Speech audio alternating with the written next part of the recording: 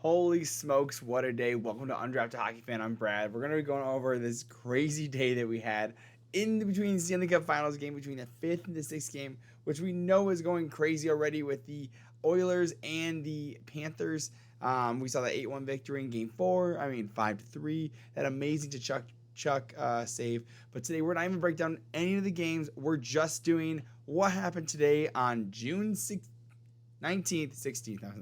June 19th, which is just like everyone was like, hey, there's just too long. We're waiting too long that we're waiting between games. I got trades to make, so let's just get into it. So, and plus we had a waiver claim. Someone was put on waivers and they were claimed, and they're not too happy about it. So we're gonna go over Barclay Goodrow, the Markstrom trade, as well as Dellandrea, as well, and the PLD trade, the Pierre-Luc Dubois and Darcy Kuemper. So quick, but first off, make sure you hit like, subscribe. Let me know if you want to see more hockey content. We're here as a small subscriber looking to grow the channel. So let me know what your thoughts are. Hit like, subscribe, comment. Put your favorite emoji right now, what you're feeling right now. I love it. The chicken. Give me an animal in there. I love it. So anyways, it helps out a ton. I appreciate it. So moving on to the couple things, you can see we have quite a few trades. The Kevin Ball trade with the Jacob Markstrom, the first round pick going. Dellandrea and the 4th round pick, and Darcy Kuemper and Pierre-Luc Dubois. We're going to go through all those right now. So, but if you really want to check out the Markstrom trade, you can check out a video I just did about half an hour ago. You can see here's me and my face, and it is not showing up, of course. There we go, me and my face. I literally just did it. So if you want to go and check that out, I'll put this at the end of the video, and you can go check it out. So, but let's jump into one of the first ones. Is the waiver claim for Barclay Goodrow. Okay, Barclay Goodrow is a forward for the San Jose Sharks, was on the New York Rangers. Playing on the 4th line, he did sign an extension with them after winning the Stanley Cup with the Tampa Bay Lightning back in 2021. I believe that was the time. And so what we're hearing is that he had a no trade clause. So he had 15-team no trade clause. And guess who was on that no trade clause? The San Jose Sharks, which is crazy because you're like, okay, a guy who doesn't want to go to the Sharks is now on the Sharks. It's on his no trade clause. It's on his no trade clause. Barclay Goodrow yesterday was put on waivers by the New York Rangers, and instead of there being a deal with him going to the Sharks, he was picked up by the Sharks on waivers, therefore not breaking his no trade clause. And we could see, just show you who he is, by the way, a veteran depth forward. Hits, kills penalties, not a great player, 4% WAR, according to JFresh, which WAR, by the way, is wins above replacement. So very low on that. You got guys like David with 100% who are going to create wins, and it's going to take more than just a regular player to replace them. So had a surprisingly decent playoffs, by the way. I just want to real quick just jump into that real quick, show you some of the stats. So you can see he actually in the regular season, he had 80 games, 4 goals, 8 assists, 12 points. We go to his playoffs over here, 16 games, 6 goals. He has 2 more goals in the playoffs in less than a quarter of the games, 8 points, half point per game during the playoffs. I mean, that's great production. You'd love to see that as well. And again, veteran leadership here. I don't even know how old is he. He's like 32, 31. So he's not like crazy. He's not even that old. He's just like too expensive. Making $3.6 million for the next look. You see, he's making it for the not just this next year's season, but the next 2 seasons after that. So again, I think that's a good pickup for the Sharks who need that veteran leadership. And if you know what they can do is if he's so unhappy, they can retain on him and they can move him and potentially go to a cup contender maybe, or just a different team. And they can get some assets back. But again, he's a free asset at this point. So, and we can see in this post, the New York Post says that this is like, hey, this is what happens. This is what Vegas does, by the way. And it says widespread belief that Barclay Goodrow had the Sharks on the 15-team no trade list, but still by putting him on waivers, San Jose was able to claim him. And we've been told several folks Goodrow is not happy about how this went down. So we're going to see what's going to happen with this. I'm really curious what your thoughts are on this. Do you like it? Do you not? Again, I'm as a Sharks are my second favorite team. So, I mean, if you can get a veteran leadership like this, I'd rather them take on. I'm a little annoyed. I'd rather them utilize their cap space a little bit better and take on bad contracts like this. Like maybe like I know Jacob Trouba was talked about potentially being a buyout, but imagine if they just took Jacob Trouba's contract and they took it back with like a first-round pick or something like that. That would be amazing. Like, I don't know if I see that happening because I don't know if New York wants to give a first-round pick for that. But that's something that's the options that you can see happening where guys are bad contracts are sent to bad teams, and you give them a draft pick. Again, you still get a good player out of this. I mean, good's relative. A good will be a second-line player on the Sharks. He's a fourth-line player on the Rangers. So you're talking about two different teams, a top team and a bottom team. So we'll see what's gonna happen with that. I mean, but that is really interesting. Again, let me know what your thoughts are. Hit and put it down in the comments. Moving on, so we did the Markstrom trade. Next one we have another trade. The Stars trade Ty Dellandrea, first-round pick for a fourth-round pick in 2025 to the San Jose Sharks. Sharks just making more and more moves today. Picking up again a veteran forward and now a veteran, a young kid. Only 12% wins above placement, but he is only 24 years old. I think he's actually 23, but he's only 24 years old. Fourth liner, RFA, still needs to get signed to a contract. Great defensive toucher. You can see with 82%.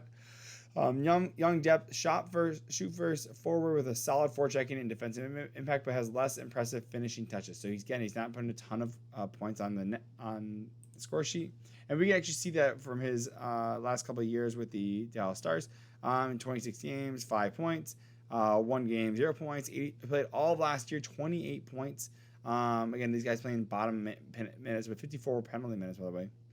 And about half the season, 42 points. Or 42 games, 9. So he definitely had a decrease. And again, I'm pretty sure he was a first-round pick. 13th overall. I mean, so they had high expectations for him. Again, this is back in 2018. So I think that Dallas is like, hey, we're in win now. We need to free up a spot for a guy like Maverick Bourque, who's in the AHL, who's won. I think he has like the highest points production in the AHL this past year, and did join them on the plane. I think he played in one Stanley Cup playoff game. But they need to make room for guys who are going to produce. And Ty Dellandrea, unfortunately, I really liked him on the Dallas Stars. Dallas Stars being my third favorite team. Yeah, it's a good day for me. Hey, Red Wings are my first favorite team. So if they could just sign Seider and Raymond, that'd be a trifecta. Again, I don't expect Iceman to do it now at 9 o'clock at night, but we'll see. Hey, a boy can dream. So with this first round pick, again, that there's talent here. By the way, just to show that there's some talent here, let's go back to when he was playing.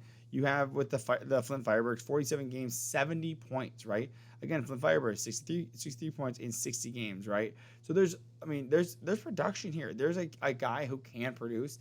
It's just you need him to produce, right? And he just hasn't at this point. In my opinion, hasn't gotten the opportunity. And so for a guy on the fourth line, now going to the San Jose Sharks, probably can play like first or second line position at this point. Get him up there, get his points up. If he wants to stick with the team, awesome. It's basically a free access for a fourth round pick, who has like a 10% chance to turn out to be a player who actually plays an NHL game, versus you have a guy who actually has played NHL games and is ready to go and again produce for you. So maybe they'll sign him to a prove it contract where it's like, maybe $1.5 million for 2 years or whatever that looks like. It looks like Ty Dellandrea has a change of scenery, and let's see how it works out for him. So moving on. Okay, we have the big money, which you're here for. The big major 1-for-1 trade that we saw today. Pierre-Luc Dubois, PLD, traded for Darcy Kuemper. And it was crazy to me because Rob Blake was like, he just said this a couple days ago. He's like, I'm not buying out Pierre-Luc Dubois. I don't think he said anything about trading him. So, and the reason this is significant is because July 1st, I believe it is. July 1st is when Pierre-Luc Dubois' no trade clause kicks in. If we go to his cap friendly, you can see, you go to his contracts right here. You have a massive 8-year contract, $8.5 million cap hit for each year. And this no move clause kicks in for the next 4 years. So you have Washington Capitals who moved off of one of their dynamic centers, Kuznetsov, to the Carolina Hurricanes at the deadline, 50% retained. And now they're picking up another center in PLD who had a very lackluster year and ended up being on the fourth line at one point this year. You have 82 games played, 40 points. Again, we've seen that he can play better than this, right? We've seen 27 goals, 20 goals, even 18. You can see 28, 27, 16 goals. This is a drop in production. You expected this guy to be more of like a 60-point guy. I mean, even in 50 points, 60 points, almost 50 points, 60. You now dropping to 40. This is supposed to be the prime of his career. He's 25 years old. 25 years old. I mean, like, he needs to be better than this.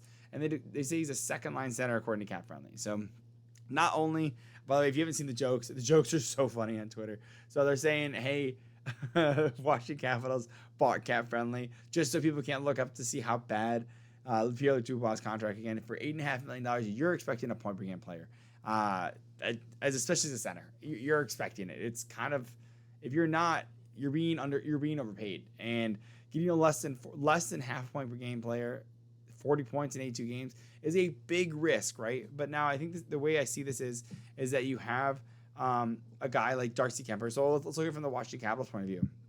Because to me, I think this is a risk for both ways. It's a little more risk for Capitals, right? So you have the Capitals who need a center that they're looking, hey, we still have Obi, we're still trying to compete. We did sell some guys off, but we did pick up Sandin, right? You know, they have some guys that can play, and they're looking to continue to make Obi look good. They want him to hit that record and everything.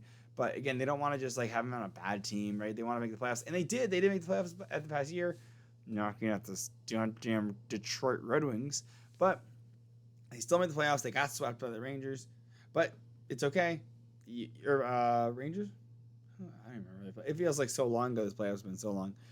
Either way, they got swept, and so you have PLD here, and now you have a second line center. Like, maybe we could fix them, right? You know, Columbus couldn't fix them. Winnipeg couldn't fix them.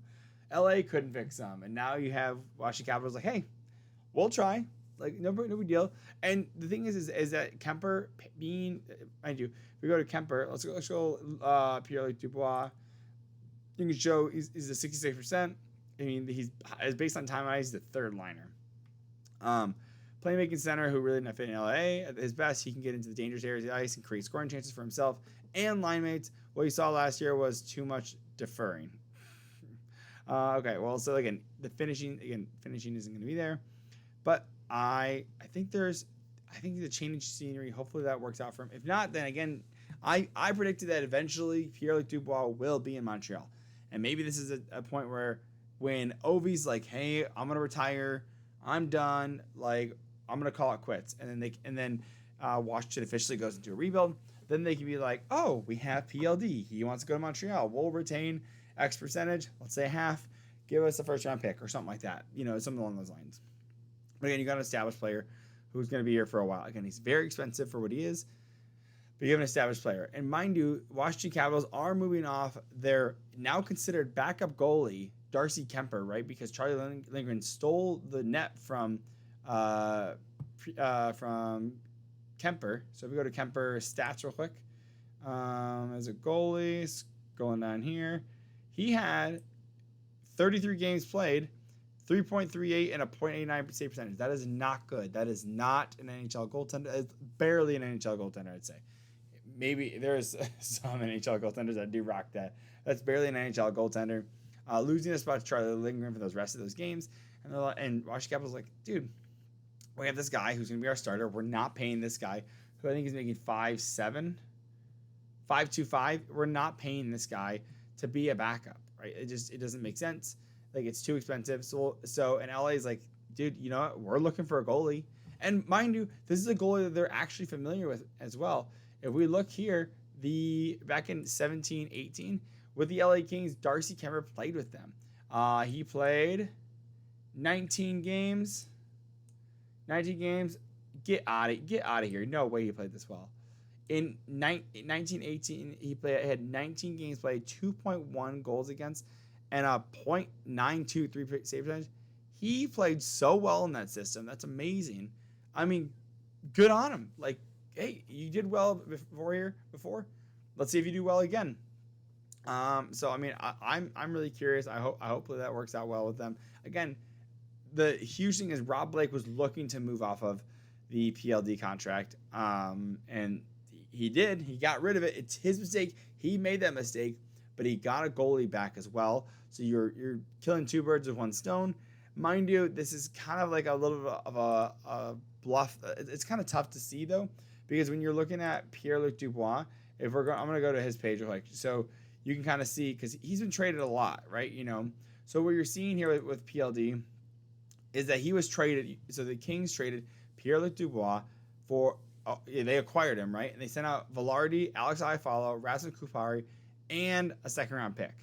Now they moved out Pierre-Luc Dubois and they got Darcy Kuemper. So basically, LA Kings picked up Darcy Kuemper for all of these guys and a second round pick. Like, Darcy Kuemper's not worth all this.